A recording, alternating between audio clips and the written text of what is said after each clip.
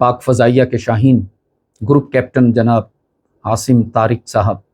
لہلائے شہادت سے ہم آغوش ہو گئے۔ ایک لڑکا اور لڑکی ایک موٹر سائیکل پر غیر محرم ہونے کے باوجود سفر کر رہے ہیں۔ بسم اللہ الرحمن الرحیم، نحمدہ و نصلی علی رسولہ الکریم، اما بعد۔ عزیزان گرامی،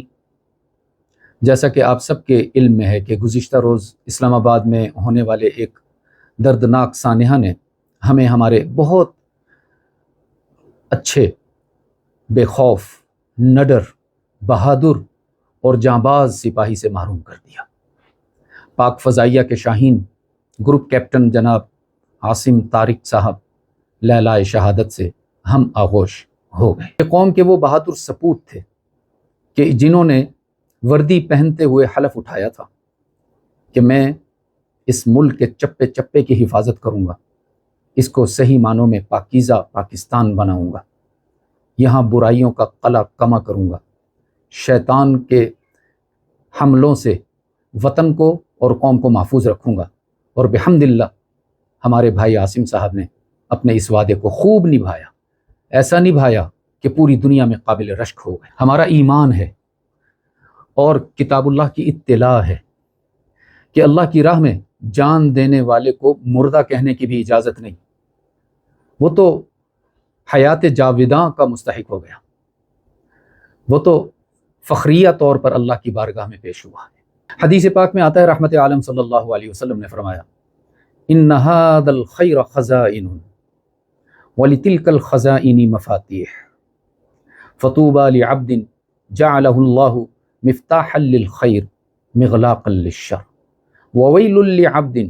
جعلہ اللہ مفتاحا للشر مغلاقا للخیر۔ جس کا مفہوم یہ ہے کہ یہ نیکیاں خزانوں کی طرح ہیں، اور جیسے تم اپنے خزانوں کو تالے میں رکھتے ہو، اس کی چابیاں ہوتی ہیں، حق تعالی نے بھی ان خزانوں کی چابیاں بنائی ہیں۔ خوش نصیب اور سعادت مند ہے وہ شخص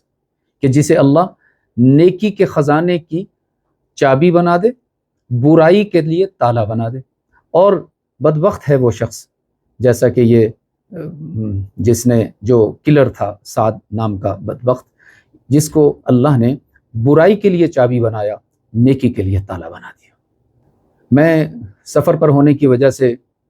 جناب گروپ کیپٹن صاحب کے جنازے میں چاہت کے باوجود شرکت نہ کر سکا، ورنہ میرا وجدان یہ کہتا ہے کہ اس مجاہد کے جنازے میں شرکت کرنا مغفرت کا یقینی بہانہ تھا۔ ہم دعا گو ہیں کہ اللہ رب العزت جناب عاصم طارق صاحب کے اخروی درجات کو مزید بلند فرمائے، اور ان کے پسماندگان کو، لواحقین کو صبر جمیل عطا فرمائے، اور اس صبر پر اپنی ذات بطور معیت اجر کے طور پر عطا فرما دے۔ لیکن اس واقعے میں ایک اور پہلو کی طرف بھی توجہ دینا ضروری ہے، وہ یہ کہ نوبت یہاں تک کیوں پہنچی کہ ایک لڑکا اور لڑکی ایک موٹر سائیکل پر غیر محرم ہونے کے باوجود سفر کر رہے ہیں؟ کیوں اس قدر بے احتیاطی کا مظاہرہ کیا گیا؟ ہماری بیٹیوں کو یہ بات معلوم ہونی چاہیے کہ غیر محرم کے ساتھ گفتگو کرنا بھی جائز نہیں، چاہے کہ آپ ان کے ساتھ سواری کریں، ان کے ساتھ بائک پر بیٹھیں، ان کے ساتھ بے تکلف ہو جائیں، ان پر اعتماد کرنا شروع کر دیں، اور آپ کے گھر والوں کے علم میں نہ ہو، نہ آپ کے کسی بھائی کو معلوم ہو، نہ والد سے اجازت لی گئی ہو۔ یاد رکھیے، حضور اکرم صلی اللہ علیہ وسلم کے بارے میں حضرت عائشہ رضی اللہ تعالی عنہا فرماتی ہیں کہ جب کوئی خاتون ہمارے آقا کے پاس بیعت کے لیے آتی تھی، دینی رہنمائی کے حصول کے لیے آتی تھی، تو اس وقت بیعت کا طریقہ یہ تھا کہ اپنے مرشد کے ہاتھ میں ہاتھ دے کر وعدہ کیا جاتا تھا کہ میں اللہ کو راضی کرنے کے جذبے سے زندگی گزاروں گی۔ لیکن حضور اکرم صلی اللہ علیہ وسلم باوجود اس کے کہ وہ امام المعصومین ہیں، باوجود اس کے کہ برائی کو ان کے قریب آنے کی بھی اللہ نے اجازت نہیں دی، جب کوئی خاتون بیعت کے لیے آتی تھی، ہمارے نبی صلی اللہ علیہ وسلم اس سے وہ الفاظ کہلایا کرتے تھے جو بیعت کے ہوتے تھے، پھر فرماتے تھے قد بایعتکی کلاما، میں نے زبانی تیری بیعت کر لی ہے، ہاتھ لگانے کی ضرورت نہیں، ہاتھ ملانے کی ضرورت نہیں۔ سیدہ عائشہ رضی اللہ تعالی عنہ فرماتی ہیں وما مست کف رسول اللہ صلی اللہ علیہ وسلم کف امرأۃ قط میرے آقا نے اپنا مبارک اور معصوم ہاتھ کبھی کسی غیر محرم عورت سے نہیں ملایا، ملانا تو دور کی بات ہے، چھوا بھی نہیں ہے، ٹچ بھی نہیں کیا ہے۔ ہم اسی نبی کے نام لیوا ہیں، ہم اسی نبی کے فالوور ہیں، ہم اسی نبی کے مقتدی ہیں۔ یہ ہمیں کیا ہو گیا کہ ذرا سا کرایہ بچانے کے لیے ہم ایک غیر محرم کے ساتھ موٹر بائک پر بیٹھ رہے ہیں، اور اس حد تک بے تکلف ہو گئے ہیں کہ جب ہمیں معلوم ہو گیا، جب اس بچی کو معلوم ہو گیا کہ اس کی نیت خراب ہو گئی ہے، یہ مجھے کسی ایسی جگہ لے جانا چاہ رہا ہے جہاں میری عزت محفوظ نہیں، تو بائک سے اترتے ہی بھاگ جانا چاہیے تھا۔ آرگومنٹس کیوں ہو رہے تھے؟ بحث و مباحثہ کیوں ہو رہا تھا؟ وہ وہاں کیوں کھڑی ہوئی تھی؟ بہرحال مزید تفصیلات تو جو میرے سامنے صورتحال آئی، میں نے اس پر اپنا تجزیہ پیش کیا۔ میں اپنی بہنوں اور بیٹیوں سے یہ گزارش کرنا چاہتا ہوں کہ اپنے گھر والوں کو اعتماد میں لیے بغیر کسی غیر محرم سے کوئی تعلق مت بنائیے۔ اور اس کے ساتھ ساتھ پوری قوم کے لیے میں ایک گزارش کرنا چاہتا ہوں کہ اپنے بچوں اور بچیوں کو حفاظت کی دعائیں سکھائیے۔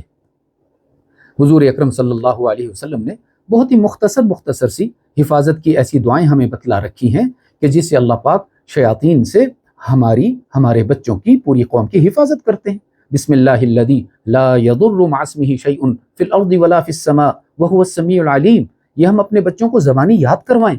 اور جب وہ گھر سے روانہ ہونے لگے، اسکول جانے لگے، کالج جانے لگے، کہیں آفس جانے لگے، کہیں جاب پر جانے لگے، تو براہ کرم ان بچوں کو یاد دلائیں کہ بیٹا یہ دعا پڑھ کر گھر سے روانہ ہو۔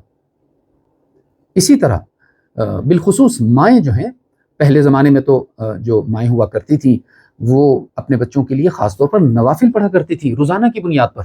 کہ اے اللہ ان کی حفاظت فرما، ان کی جان کی، ان کے مال کی، آبرو کی حفاظت فرما۔ پھر گھر سے رخصت کرتے ہوئے جب تک بچے نظر آ رہے ہوتے تھے وہ دروازہ پکڑ کے دعائیں کرتی رہتی تھیں، جھولیاں اٹھا کے اللہ سے ان کی عافیت مانگا کرتی تھی۔ اب ہم ذرا ان چیزوں سے دور ہوتے چلے جا رہے ہیں جس کی وجہ سے نقصان ہوتا ہے، تو اس لیے یہ گزارش ہے کہ اپنے بچوں کی حفاظت کے لیے دعاؤں کا خاص طور سے اہتمام کیا جائے۔ اور آخر میں دعا گو ہوں کہ اللہ رب العزت ہمیں، ہماری قوم کو، بچوں کو، بچیوں کو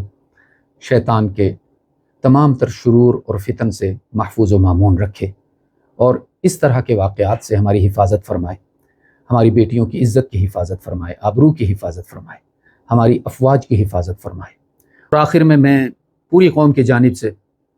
گروپ کیپٹن جناب عاصم طارق شہید صاحب رحمۃ اللہ تعالی علیہ کو سیلوٹ پیش کرتا ہوں کہ ان کی اس قربانی نے ہمارا سر فخر سے بلند کر دیا اور ہمیں یہ احساس دلایا کہ اس دور میں آج بھی ایسے لوگ موجود ہیں جو ہر بیٹی کو اپنی بیٹی سمجھتے ہیں، جو ہر بہن کو اپنی بہن سمجھتے ہیں، اور اس کی عزت اور آبرو پر اٹھنے والے ہاتھ مروڑنے کے لیے اپنی جان بھی قربان کرنا پڑے تو دریغ نہیں کرتے۔ اللہ رب العزت ایسے بہادر فوجی کو رحمت عالم صلی اللہ علیہ وسلم کی جنت الفردوس عطا فرما دے۔